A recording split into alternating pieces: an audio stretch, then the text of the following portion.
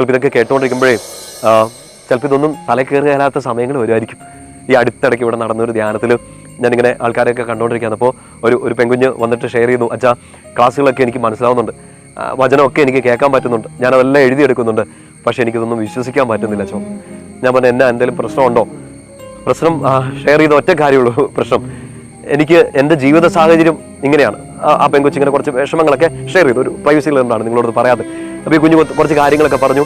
ഇത്രയും വിഷമം പിടിച്ചു നിൽക്കുന്ന സമയത്ത് ഈശോയുടെ വചനങ്ങളൊന്നും എനിക്ക് മനസ്സിലാവുന്നുണ്ട്, പക്ഷെ എനിക്ക് വിശ്വസിക്കാൻ പറ്റുന്നില്ല. ഇപ്പം ഓർത്തെ അത് ആ കൊച്ചിൻ്റെ മാത്രം പ്രശ്നമല്ല. ചില സമയത്ത് വലിയ പ്രതിസന്ധി, ബുദ്ധിമുട്ടുകൾ, ശ്വാസം മുട്ടുന്ന ദിവസങ്ങളൊക്കെ വരുന്ന സമയത്ത് ചിലപ്പോൾ ഈശോ ഇവിടെ ഉണ്ടെന്ന് നമുക്കറിയാം, ഈശോ സ്നേഹിക്കുന്നുണ്ടെന്നൊക്കെ അറിയാം, പക്ഷേ ചില സമയത്ത് വചനമൊക്കെ കേൾക്കുമ്പോഴത്തേനും വിശ്വസിക്കാൻ പറ്റില്ല. ചിലപ്പോൾ ദേഷ്യം വരും, ചിലപ്പോൾ നിർത്തിയിട്ട് എഴുന്നേറ്റ് പോകാനൊക്കെ തോന്നും. ഇതൊക്കെ ഉള്ളോ കേൾക്കാൻ എന്നൊക്കെ വിചാരിക്കും. പ്രിയപ്പെട്ട സഹോദരങ്ങളെ, ഒറ്റ കാര്യം നമുക്ക് ചെയ്യാൻ പറ്റുന്നത്.